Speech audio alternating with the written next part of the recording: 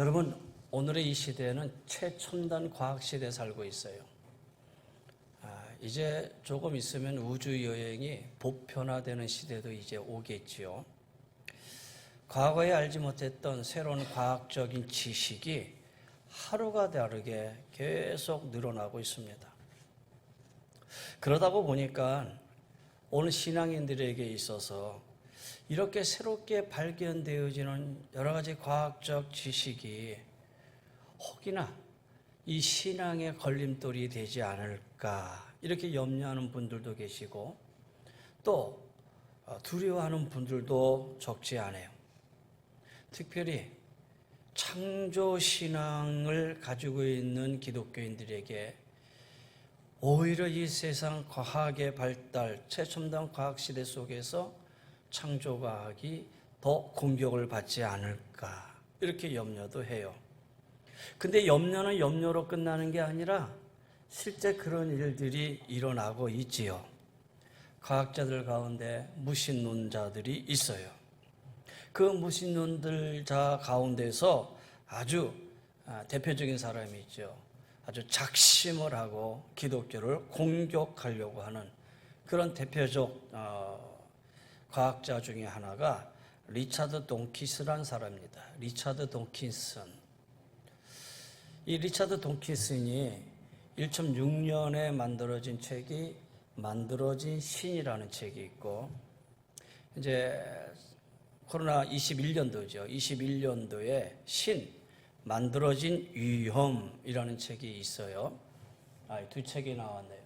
만들어진 신은 이제 오래전에 나온 책, 2006년도에 나왔으니까 좀 오래됐고요. 근간에 나온 책이 바로 이 신, 만들어진 위험이라는 이 책이에요. 근데 이 책의 내용을 보면은 수많은 과학적 사실 가운데 자기 주장을 뒷받침할 만한 내용만을 모아서 기독교를 공격하는 그런 내용들이 바로 이 안에 많이 있어요. 그 중에 서론적에 보면 이런 얘기가 나와요. 진화라는 방대한 주제에 대해 지금은 진화가 확실한 사실이라는 것만 알고 있어라. 우리는 침팬지의 사촌이고 원숭이의 좀 더 먼 사촌이고 물고기는 훨씬 먼 사촌이다. 뭐 이렇게 시작을 해요. 여러분, 침팬지가 여러분의 사촌이에요. 물고기가 먼 사촌이에요. 그러면서 1장, 2장, 3장, 3부로 나누어가지고 성경에 관한 것을 나름대로 반박을 하고 거기에 대해서 주장을 펴나가는 그런 책 중에 하나지요. 그러니까 많은 과학적 사실 중에서 자기 주장을 뒷받침할 것만 모아가지고 기독교를 막 공격하고 있어요. 평상시 기독교에 대해서 부정적인 생각을 가지고 있는 사람들은 이 책을 보고 아주 열광을 하지요. 그리고 기독교인들 가운데서도 조금 신앙에 대해서 회의를 품거나 또 조금 의심하는 사람들은 급기야 신앙을 포기하는 사람들까지도 있다라는 거예요. 근데 여러분, 이런 가운데서도 우리가 잊지 말아야 할 것이 있어요. 그것은 뭐냐? 이렇게 과학적 지식이 날마다 새롭게 나오고 또 거기에 못지않게 새로운 과학자들이 점점 늘어나고 있는데 이렇게 과학적 지식에 늘어나고 있는 그 가운데서도 하나님을 굳게 믿고 하나님을 새롭게 찬양하며 나가는 과학자들도 있다라는 거예요. 그런 가운데 우리가 주목할 만한 그런 책 중에 하나가 뭐냐면 하나님을 믿는 서울대 과학자들이라는 책이에요.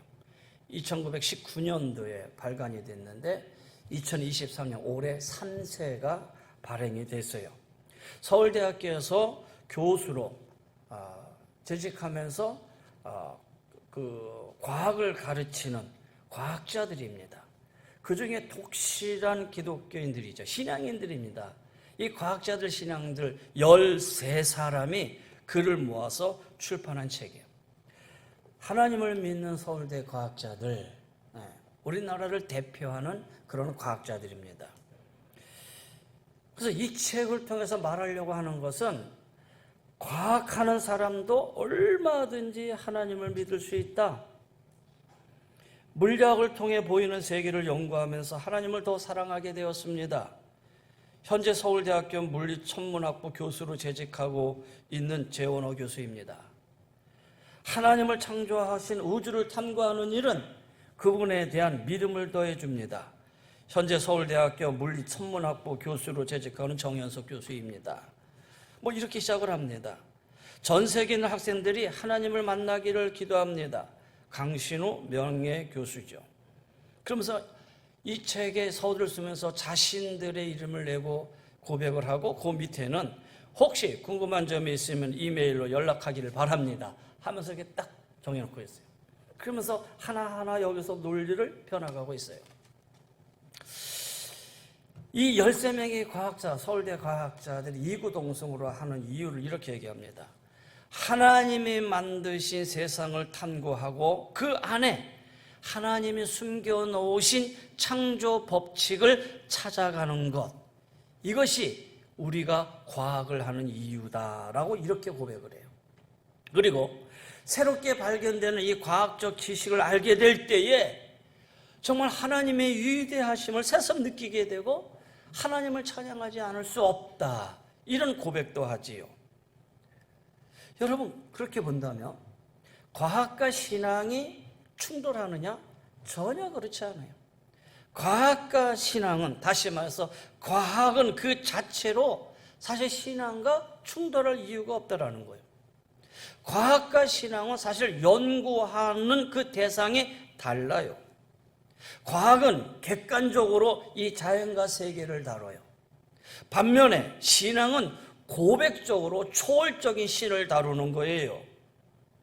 그리고 과학은 하나님이 있다, 신이 있다라는 유신론, 그리고 신이 없다라고는 무신론, 그 가운데서 과학은 사실 어느 한편도 손을 들어주지 않는 게 과학입니다. 그래서 과학은 중립적으로 서 있어요. 그래서 엄밀히 말하면 많은 과학자들이 과학과 신앙이 서로 충돌할 이유가 없다라는 거예요. 그런데 왜 이렇게 충돌하느냐? 충돌하는 것으로 보이는 것은 무신론 과학자들이 과학적 지식으로 신이 있다는 유신론을 공격하기 때문이에요. 그러나 신앙을 가진 과학자들은 반대로 발견된 과학적인 지식으로 하나님의 창조의 비밀을 더 잘 이해하고 있고, 그리고 놀라워하고 하나님을 찬양하고 있다는 거예요. 그렇다면 봅시다. 문제는 뭐냐? 과학이 밝혀낸 이 지식이 문제가 아니라 그것을 해석하고 활용하는 사람의 태도, 이게 문제라는 거예요, 사실은. 어떻습니까? 과학을 통해서 밝혀낸 과학적 지식, 이것이 문제가 아니라 그 과학을 통해서 밝혀낸 이 지식을 가지고 어떻게 해석하고 활용하느냐, 그 사람의 태도가 문제라는 거예요. 똑같은 상황이지만 도키스라는 과학자가 하는 얘기하고 오늘 한국의 서울대 과학자들이 고백하는 거하고는 전혀 다르잖아요. 여러분, 그래서 우리가 어떤 마음, 어떤 신앙, 어떤 믿음을 내가 가지고 있느냐 하는 것은 정말 중요한 거다라는 거예요. 친구 중에 한 아이가 있었어요. 절친입니다. 근데 나는 하나님 믿는 친구고, 나는 믿는 사람이고, 그 친구는 하나님을 안 믿고 나름대로 하나님에 대해서 신이 없다라고 어설픈 지식을 가지고 막 주장을 합니다. 그런 친구가 어느 날 교회를 갔어요. 어떤 이유로 간지는 모르지만 교회로 갔는데, 교회 가서 목사님의 설교 말씀을 듣습니다. 근데 목사님의 설교 말씀이라는 것은 그 친구를 위해서 특별히 만들어진 설교가 아니라 평상시처럼 똑같이 하나님 말씀을 전합니다. 그런데 그 안에서 이 친구가 그 말씀을 받습니다. 그렇게 하나님을 부인하던 그가 하나님이라는 존재를 생각하게 되고 그 말씀을 받아들여요.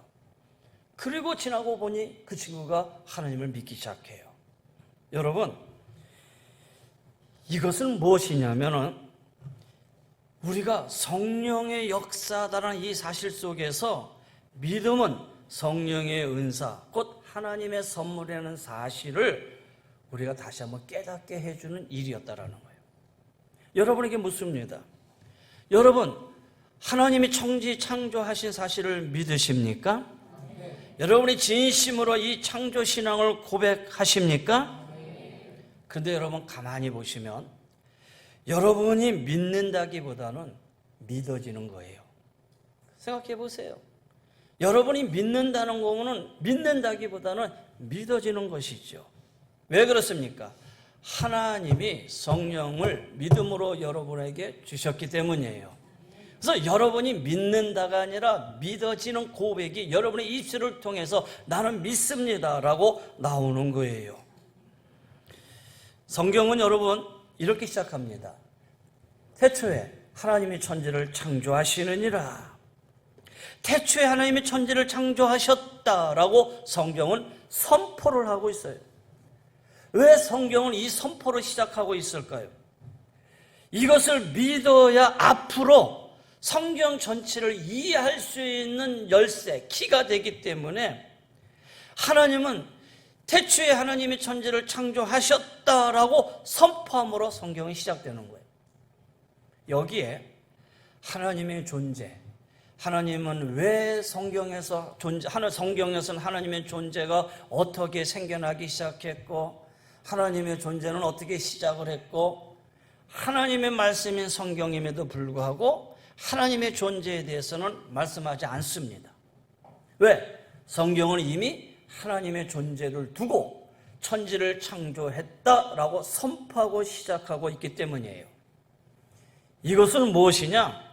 하나님의 천지 창조를 믿는 이 고백이 우리 신앙의 출발점이고 우리 신앙의 맨 처음 기초이기 때문이다라는 거예요. 그래서 여러분 분명하게 여러분이 크게 아멘 하여 주셔서 감사한데 나는 하나님의 천지 창조하심을 믿습니다라는 이 고백, 다시 말해서 이 창조의 신앙 속에서 출발해야지만이 창세기 1장 이후에 나오는 성경 전체가 다 하나님의 말씀, 하나님이심을 우리가 고백하고 믿고 나아갈 수 있는 신앙이 될 수 있다라는 거예요. 그래서 성경은 창세기 1장에 이렇게 시작하고 있는 것이죠. 자, 하나씩 보십시다. 태초에 하나님이 천지를 창조하시느니라. 태초라고 얘기하고 있어요. 태초. 이것은 무슨 말씀이냐? 언제 하나님이 천지를 창조하셨느냐라고 하는 때를 가르쳐주고 있어요. 하나님께서 이 천지를 창조하신 때, 그때가 언제라고요? 태초다라는 거예요. 태초라는 것은 모든 것에 대한 시작을 의미하잖아요. 다른 말로 얘기하면 시초라는 거예요. 시간의 맨 처음이다라는 거예요. 그러면 여기서 우리가 주목해야 할 것이 하나 있죠. 태초의 창조가 시작된 직후부터 시간이 계수되었다라는 거예요. 첫째 날, 둘째 날, 셋째 날, 넷째 날, 다섯째 날, 여섯째 날, 그리고 일곱째 날. 이 말은 창조가 시작된 그 순간부터 시간이 흐르기 시작했다라는 거예요. 그리고 이것은 하나님께서 시간을 창조하셨다라는 그 말씀이기도 해요. 그래서 하나님은 시간을 창조하시고 그리고 그 시간의 흐름 속에서 공간과 우주 만물을 창조하신 거예요. 이렇게 하나님께서는 시간을 창조하셨다는 것은 사실 우리에게 매우 중요한 것을 가르쳐주고 있어요. 그것은 시간의 주인이 누구다? 하나님이시다라는 거예요. 이 시간의 주인 하나님은 우선 때를 결정하시는 분, 모든 때의 시작이 하나님이시고 모든 때의 마지막이 하나님이시다. 그래서 하나님은 나는 알파와 오메가다라고 말씀하신 거예요. 여러분이 태어날 때, 여러분이 이 세상을 떠날 때에 그 때를 결정하시는 분도 하나님이고 우리가 어려운 일을 겪을 때, 우리가 그 일이 끝날 때 그 때를 구분하시는 분도 하나님이시다라는 거예요. 그래서 이 시와 때는 철저하게 하나님의 고유 권한이시다라는 거예요. 그래서 창조신앙을 가진 사람들은 하나님의 때를 알고 그 때를 하나님 앞에 순종하며 살아가야 되는 거예요. 행여 그 때를 거스르거나 그 때를 변경시키려거나 그렇게 할 수도 없을 뿐더러 그렇게 했다가는 큰 코 다치기 십상이다라는 거예요. 하나님이 시간이 주인이라는 것, 하나님께서 이 시간을 관리하고 계신다는 것, 흘러가는 시간을 지켜만 보시지 않고 하나님의 뜻을 따라 시간을 관리하시고 이끌어 가시고, 그리고 우리에게 그 시간을 허락하시고 그 시간을 우리에게 맡겨주셨다라는 거예요. 그래서 여러분, 창조신앙을 가진 우리는 이 하루, 이틀, 3일, 사실 여러분 이 책을 읽어보면은 하루, 이틀, 3일이 우리가 말하는 24시간이 아니냐라는 그 문제를 다루게 되고, 과학자들은 뭐 몇십 년, 몇 억 년 하고 얘기하는데 성경에 또 근본주의자들은 6,000년 얘기하잖아요. 그걸 어떻게 맞는 얘기냐라는 부분도 얘기하고 있어요. 근데 저는 오늘 그 얘기를 하려는 건 아니에요. 그거는 과학자들 나름대로 그 안에서 서로의 주장을 가지고 얘기를 하고 있지요. 그러나 저는 목사입니다. 여러분, 우리는 믿음을 가지고 창조의 신앙을 가지고 살아가는 자들이에요.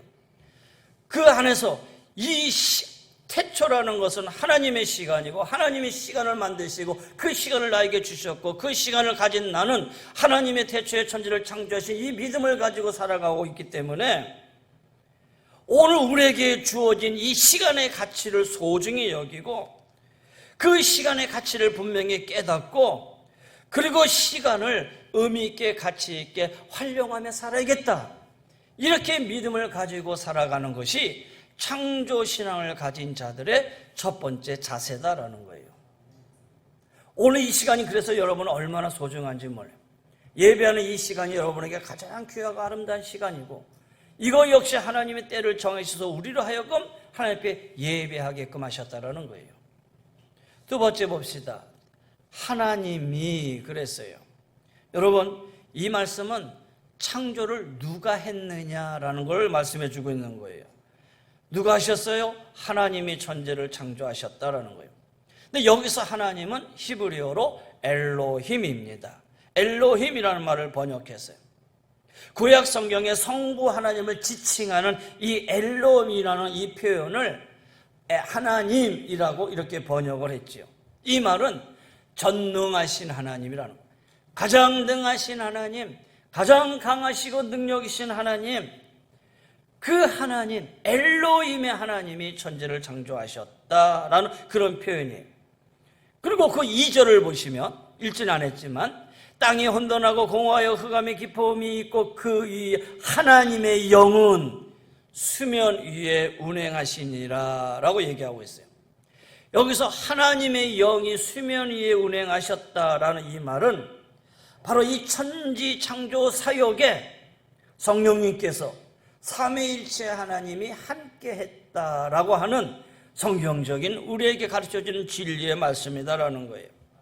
요한복음 1장 2절 3절에 보면 그가 하나님과 함께 계셨고 만물이 그로 말미암아 지은 바 되었으니 지은 것이 하나도 그가 없이는 된 것이 없느니라. 요한복음 1장에 태초에 그가 하나님과 함께 계셨다고 할 때 그는 누굴 가리키냐? 성자 하나님, 예수님을 가리키거든요. 그러니까 이 천지 창조 속에서도 예수님이 함께 계셨다라는 거예요. 그리고 그 하나님의 천지 창조 속에 성자 하나님뿐만 아니라 오늘 여기 하나님의 영이 그 위에 임하셨다. 성령의 하나님도 함께 하신 것이죠. 그래서 이 천지 창조의 하나님, 어떤 하나님이에요? 우리는 삼위일체의 하나님, 이렇게 고백을 하는 거예요. 이렇게 고백할 수 있는 사람은 세상을 보는 눈과 살아가는 태도가 달라요. 왜냐하면 시편 24편 1절에 보면 다시 이렇게 고백을 해요. 땅이 거기 충만한 것과 세계와 그 중에 거하는 자가 다 여호와의 것이로다 그랬어요. 다시 말해서 내 자신과 모든 사람 그리고 세상에 존재하는 그 모든 것이 다 하나님의 것이다. 내가 가지고 있는 모든 것, 심지어 내 자신까지의 소유권도 누구에게 있느냐? 하나님에게 있다. 이렇게 고백하며 사는 자들이 창조신앙을 가지고 살아가는 오늘 우리들의 모습 고백이다라는 거예요. 이걸 법적인 용어로 얘기한다면 원시취득이라는 단어가 있다 그래요. 원시취득. 우리 장로님도 아실 거예요. 원시취득은 뭐냐? 어떤 소유권을 누구로부터 승계받는 게 아니에요. 스스로 취득했을 때의 소유권의 원시취득이다라는 거예요. 무슨 의미냐면 예를 들어서 어부가 물고기를 잡았어요. 그거 누구 거예요? 어부 것이죠. 또 건축자가 건물을 직접 지어서 등기를 냈어요. 누구 거예요? 건축주의 것이지요. 그리고 화가가 직접 그림을 그렸어요. 이 그림 누구 거예요? 화가 것이지요. 누구한테 인수받은 게 아니고 상속받은 게 아니에요. 자기가 직접 해서 자기가 취득한 거예요. 이걸 원시취득이라는 거예요. 여러분, 하나님께서 우주 만물과 그리고 우리 모두 우리 자신을 창조하셨어요. 그래서 법적으로 우리는 누구 것이에요? 하나님의 것이다. 하나님의 원시취득하신 것이다. 당연히 소유권은 하나님에게 있다라는 거예요.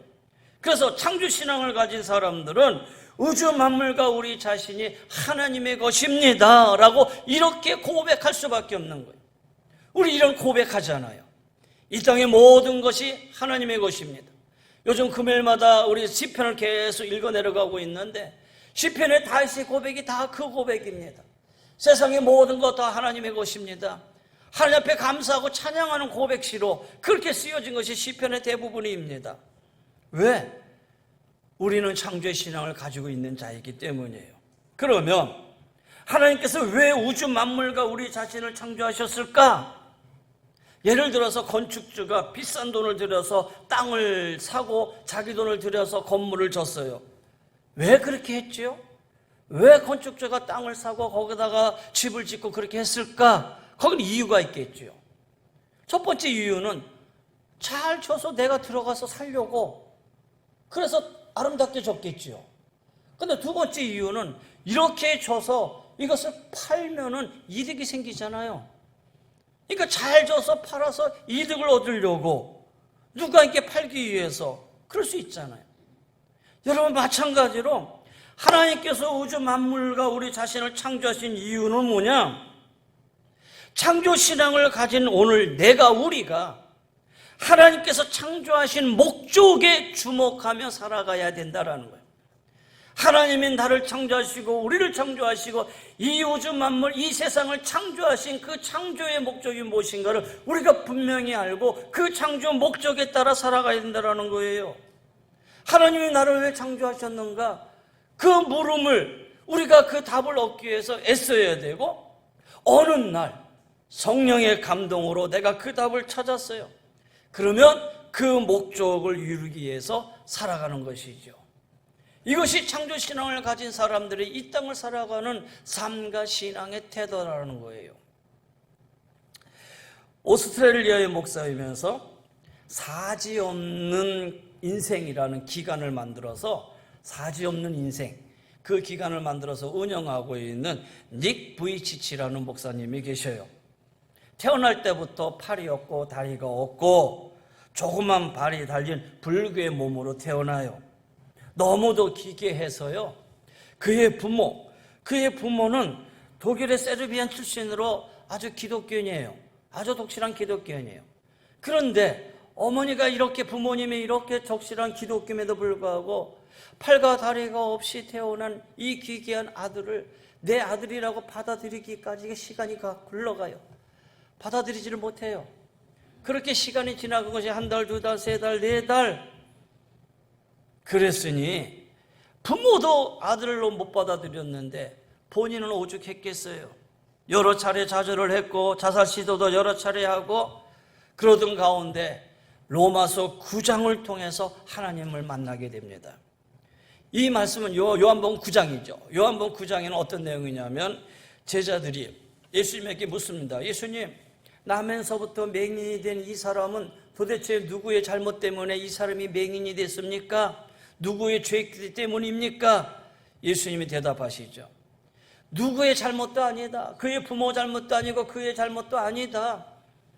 그가 맹인이 된 것은 그에게서 하나님이 하시는 일을 나타내고자 합니다. 그에게서 하나님의 일을 나타내고자 하십니다. 이부치치가 이 말씀을 통해서 내가 이렇게 태어난 이유가 있다. 하나님께서 나를 통해 하실 일이 있으시다. 한마디로 내 자신의 존재의 이유를 깨닫게 되고 이 이후에 그의 삶이 달라졌어요. 그래서 복음을 전하고 절망에 빠진 사람들에게 희망을 주는 사역을 하게 됐어요. 그 사역이 뭐냐? 사지 없는 인생이라는 기관을 만들어서 자기 처지에 있는 사람들에게 이렇게 메시지를 전하면서 인생을 가치 있게 살아가는 것을 함께 공유하며 사는 거예요. 이분은 이런 얘기를 합니다. 나는 하나님께서 상황보다 나의 마음을 바꾸는 것에 관심을 두셨다는 것을 압니다. 어쩌면 내가 처해 있는 문제들은 하나님을 더욱 의지하게 할 뿐 아니라 나의 연약함을 통해서 하나님의 힘과 승리를 보여주는 하나님의 도구일 줄 모릅니다. 만약 기적을 달라고 기도했는데 하나님께서 기적을 주시지 않는다면 여러분이 그 누군가를 위한 기적이라는 뜻일 것입니다. 여러분, 그래요. 창조신앙을 가진 오늘 믿음의 사람들은요, 하나님께서 나를 창조하신 이유를 찾고 그 이유를 위해서 살아가는 자가 되는 거예요. 그래서 오늘 우리의 삶은 이유 있는 삶이고 결국 하나님을 위한 삶이에요. 그래서 믿음의 사람들은 하나님이 이 땅을 창조한 이 땅을 우리가 정말 아름답게 잘 가꾸고 아름답게 잘 지켜나가야 할 책임도 오늘 우리에게 있는 거예요. 이것이 바로 창조신앙을 가진 사람들의 삶이기도 하지요. 세 번째입니다. 창조하시느니라 라는 말씀입니다. 여러분, 이 말씀은 하나님이 무엇을 하셨는가를 가르쳐주고 있어요. 무엇을 하셨어요? 창조하셨다 그래요.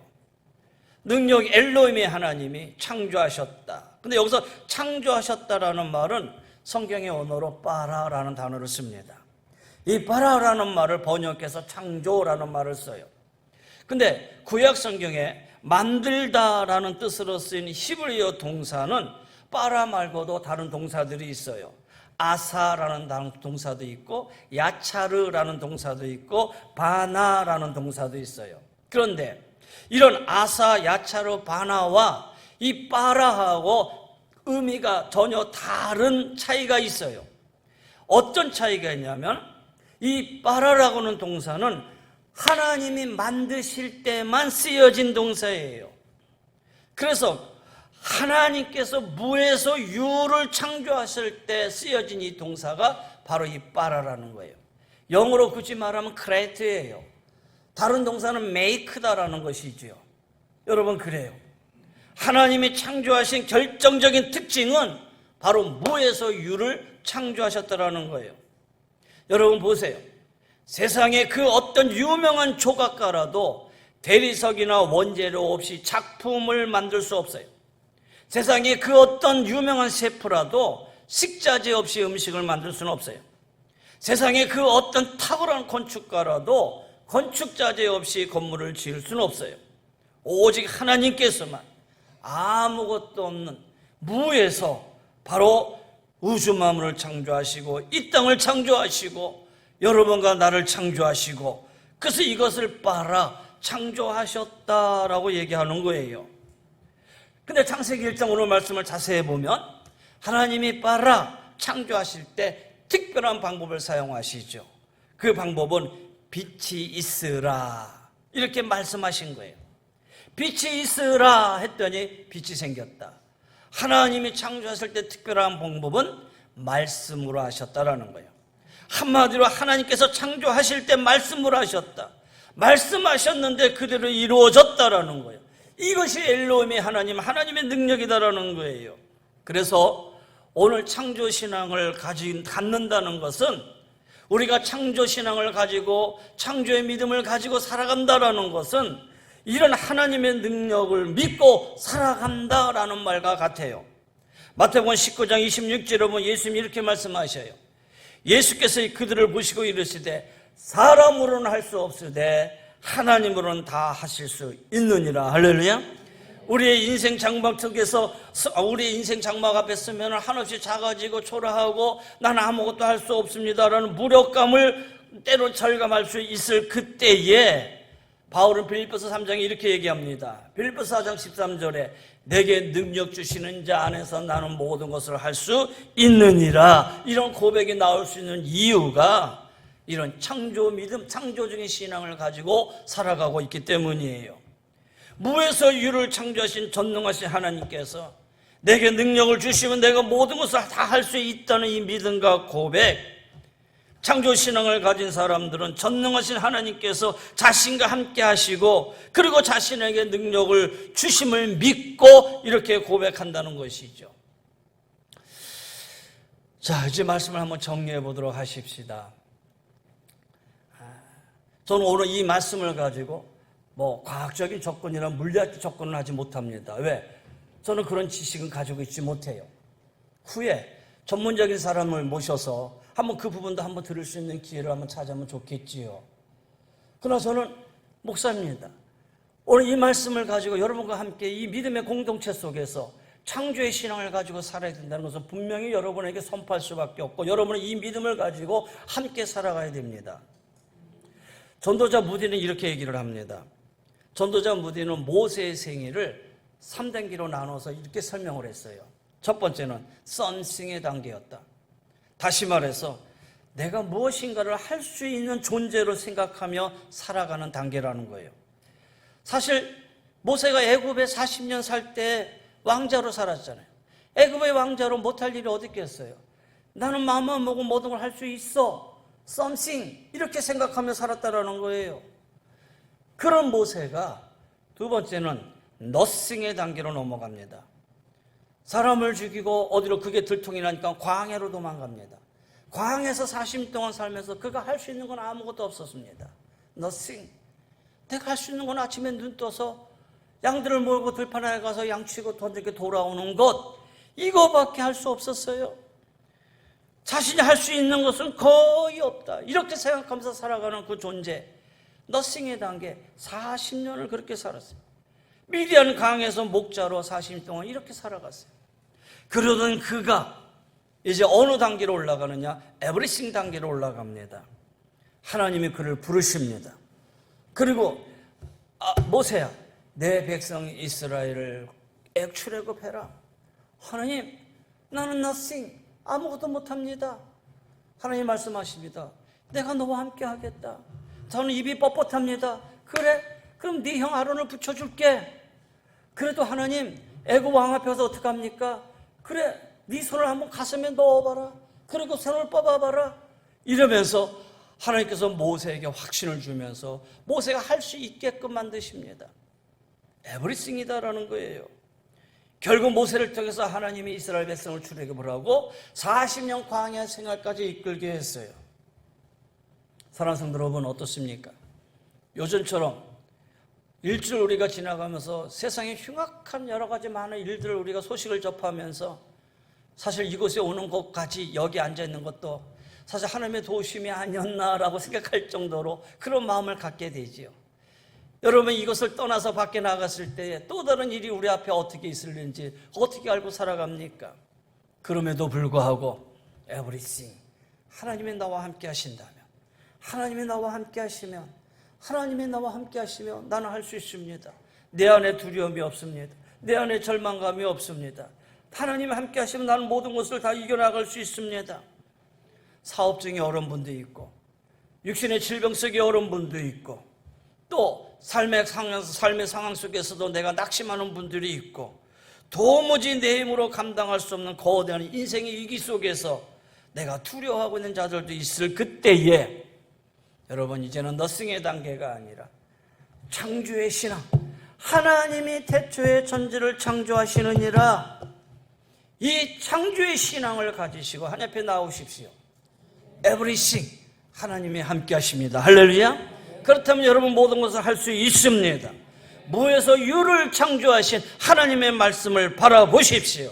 그분의 능력을 의지하십시오. 여러분도 에브리싱의 단계로 나아갈 수가 있습니다. 그리고 승리할 수 있습니다. 오늘 모든 말씀의 결론입니다. 창조신앙은, 넣어주세요. 창조신앙은, 여기 PPT에 들어갈 텐데, 창조신앙은 우리 신앙의 출발점이고 기초이다. 할렐루야. 안 나왔습니까? 따라서 합시다. 창조신앙은 우리 신앙의 출발점이고 또 기초입니다. 할렐루야. 이제 무더운 여름도 이제 다 지나가고 있습니다. 한낮의 뜨거움은 아직도 살아있지만 그래도 아침 저녁은 선을 할 때입니다. 여러분 2023년도 이제 가을을 시작하면서 우리 한번 신앙을 다시 한번 점검하시고 신앙의 기초를 다시 한번 세우시고 굳건한 믿음으로 우리가 하나님 앞에 나아갈 수 있는, 그리고 승리하는 삶을 살아갈 수 있는 우리 사랑하는 귀한 성도님들이 다 되시기를 주님의 이름으로 간절히 권면하며 축원합니다. 기도하십시다. 이제는 우리 주 예수 그리스도의 은혜와 우리 하나님의 그 무한하신 사랑하심과 성령의 감화감동 멸려인도 충만하여 주심이 태초에 하나님의 천지를 창조하시느니라 이 창조의 신앙을 굳게 잡고 믿음 안에서 하나님 바라보며 하나님의 인도하심 속에 살아가기를 원하는 우리 사랑하는 귀한 성도님들 위해, 저희들 가정 위에, 삶의 터전 위에, 이 민족이 우리 모두 위에 주의 은혜가 항상 함께하여 주시기를 간절히 축원하옵나이다. 아멘.